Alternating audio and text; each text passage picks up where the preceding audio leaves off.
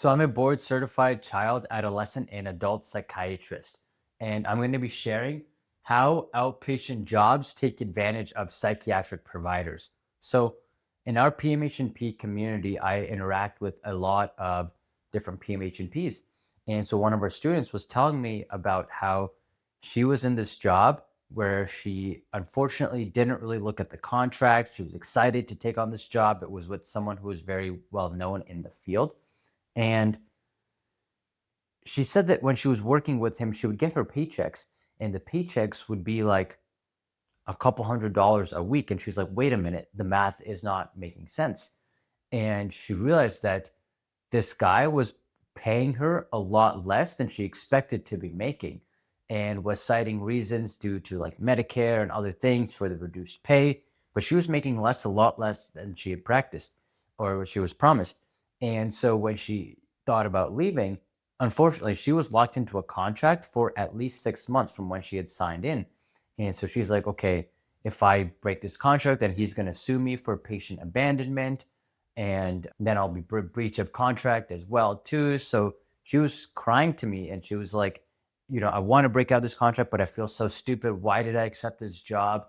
Why did I even stick around? And I should have just not even accepted this job in the first place. I'm getting way underpaid right now. I should have been paid more. I would have been paid more as an RN compared to what I'm making now as PMHNP. And I'm working longer hours and have more responsibility. And so, I really felt for her, and I was like, okay, well, if you don't want to leave, then let's make sure that we can make this job as tolerable for you as possible when you're able to leave.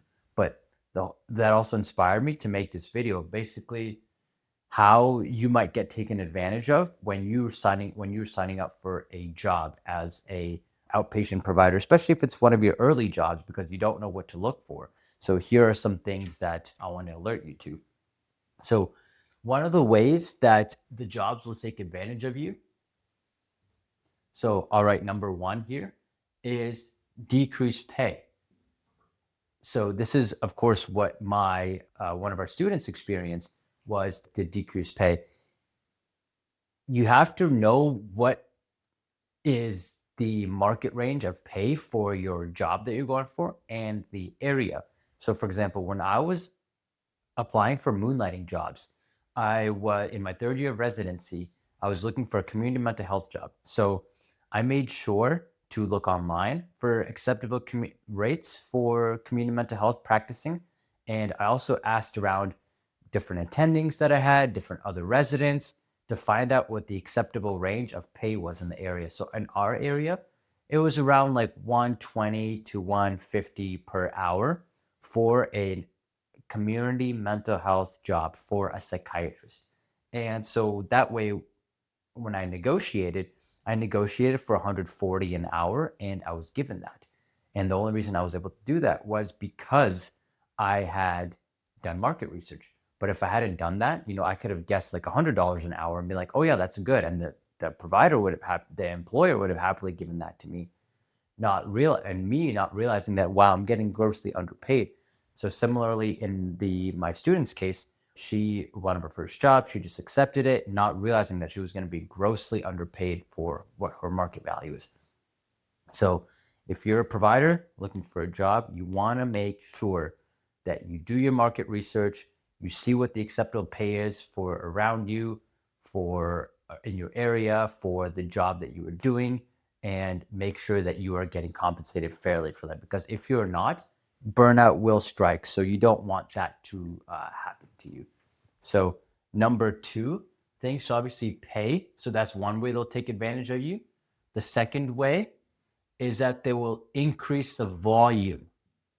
Any kind of outpatient practice, they make money by seeing more patients. The more patients they see, the more that they can bill, the more that they can bill, the more money they make. So they're not as concerned about quality of care given, because that doesn't feed their bottom line. Yes, obviously, the better care you give, the more the patient will retain. So it does matter. However, the primary objective is volume, especially in this mental health industry where the demand for psychiatric care far exceeds the supply.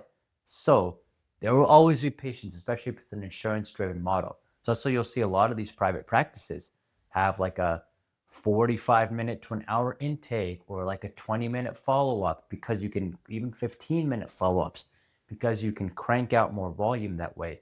And that's one way that they'll take advantage of you. And then they can combine these as well too. So if you get paid per patient, now that's one thing.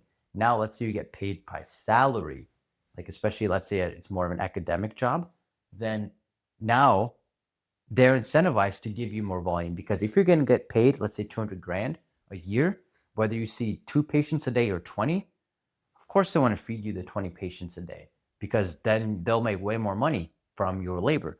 So that's why increased volume, be very wary of that in your outpatient job. So number 3 is decreased support. So I realized this when I was in my child and adolescent fellowship.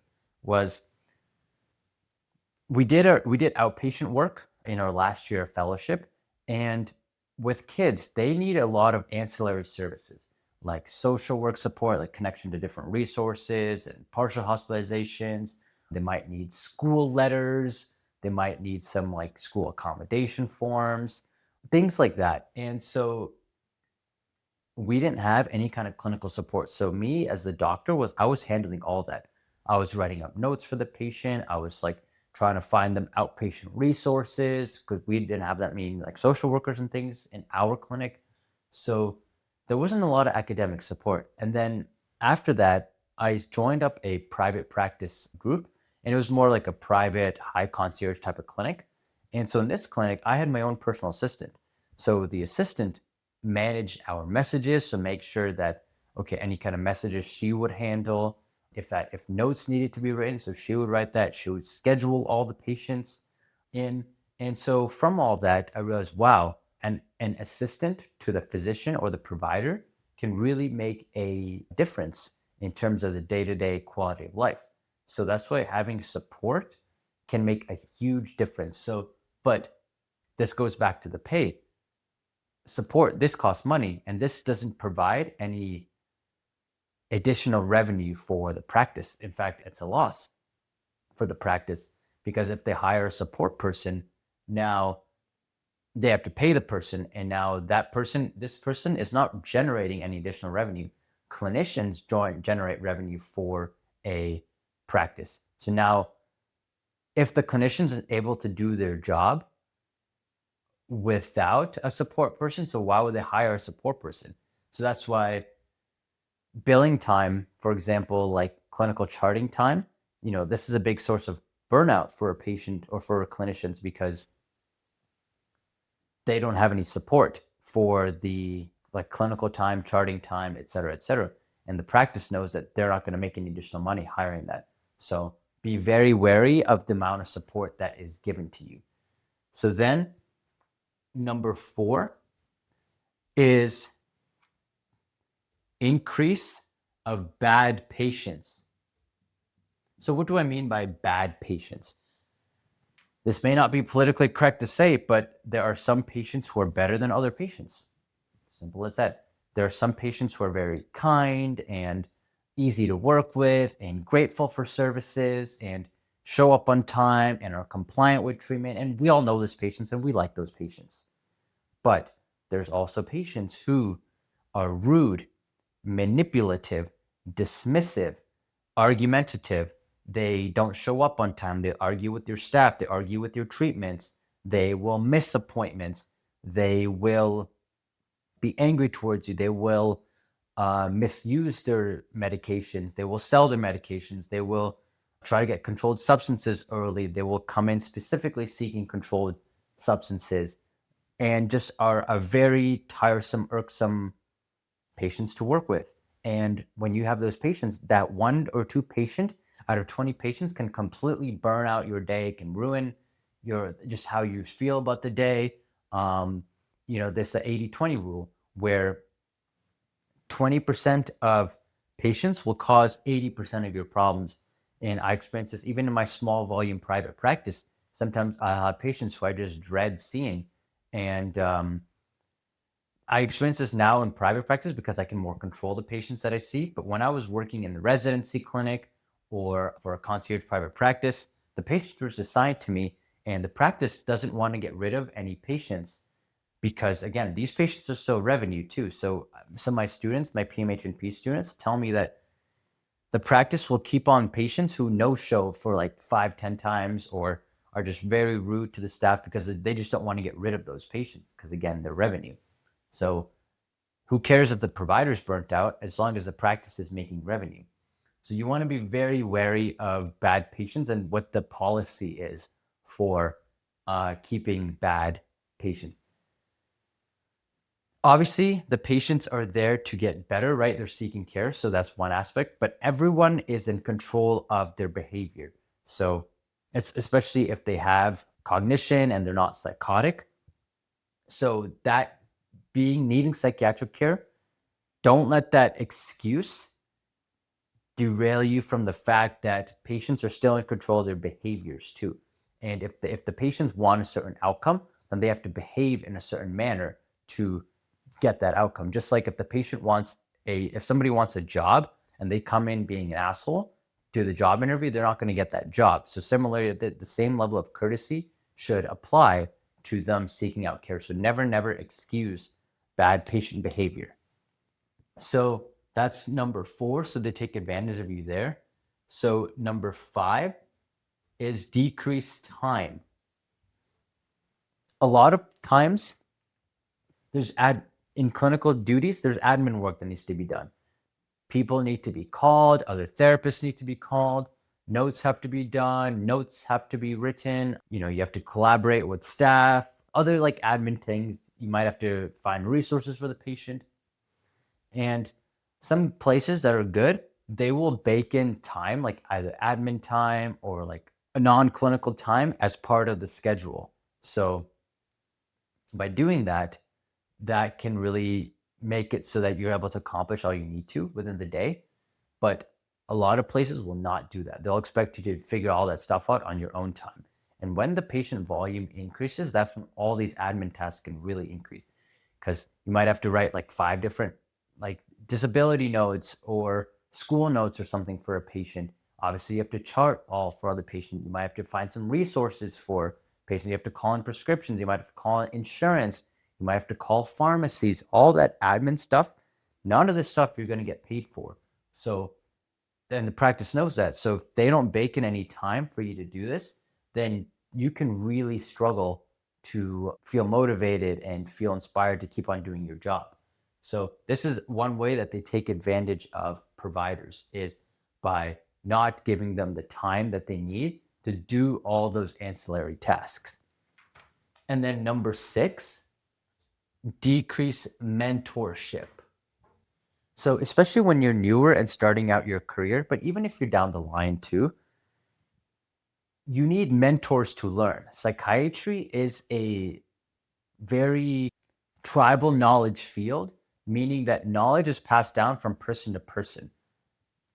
In textbooks, there's only so much that you can convey. It's taught through an apprenticeship model. So, for example, I learned medicine through, obviously there's books and stuff that we studied, but I learned it through working with different attending physicians. And then in residency, I learned psychiatry through working with different attending physicians and seeing different patients, and then consolidating and conceptualizing all my knowledge from there in a 5-year time span of residency and fellowship. So I had mentors throughout. And then even after my fellowship, I've learned integrative psychiatry, basically practicing with supplements and natural holistic stuff. So I'm still learning my craft even more. So I have mentors in integrative psych. I have mentors with deeper psychopharmacology, etc. So I'm still learning stuff. The whole point being is that mentorship is how we learn. And so especially if you're a newer PMHNP, you're trying to figure out, okay, there's so much that I don't know, but I need to go to a place that has good mentors. And a good environment will provide those mentors for you in the form of a collaborating psychiatrist or other PMHNPs, or weekly staff meetings and like clinical case reviews, stuff like that. But a lot of places will not provide you anything other. They'll promise you mentorship and then just not practically be there, where the other clinicians will be too busy seeing their own patients to actually provide actual guidance. Or they just don't do it at all. Like they don't even promise it, and they just don't do it. And they just expect you to be a labor horse. Either of those cases, it's going to be very, very tough for you. You don't know what you don't know, so you can't learn unless you learn from someone who's walked the path and is able to provide you guidance and mentorship. So you don't want to be losing out on this in your outpatient job either. So that's one way that they can take advantage of you as well, too, is to not provide any of that training. So if you're struggling with that and you're wanting more mentorship and you feel like you're not having it, one of the best places to get that is from our PMHNP community, where we've had over 230 students go through so far, stay in the program, and really, really get a lot of value in improving their clinical confidence, their psychiatric diagnosis skills, their treatment skills, helping themselves make more money, and just feeling less imposter syndrome and feeling confident about their psych skills. But this is all stuff I feel like psych providers should know when they're considering outpatient jobs. So that way they don't end up like my poor student there. So I hope that this video is helpful. And yeah, I will see you in the next one.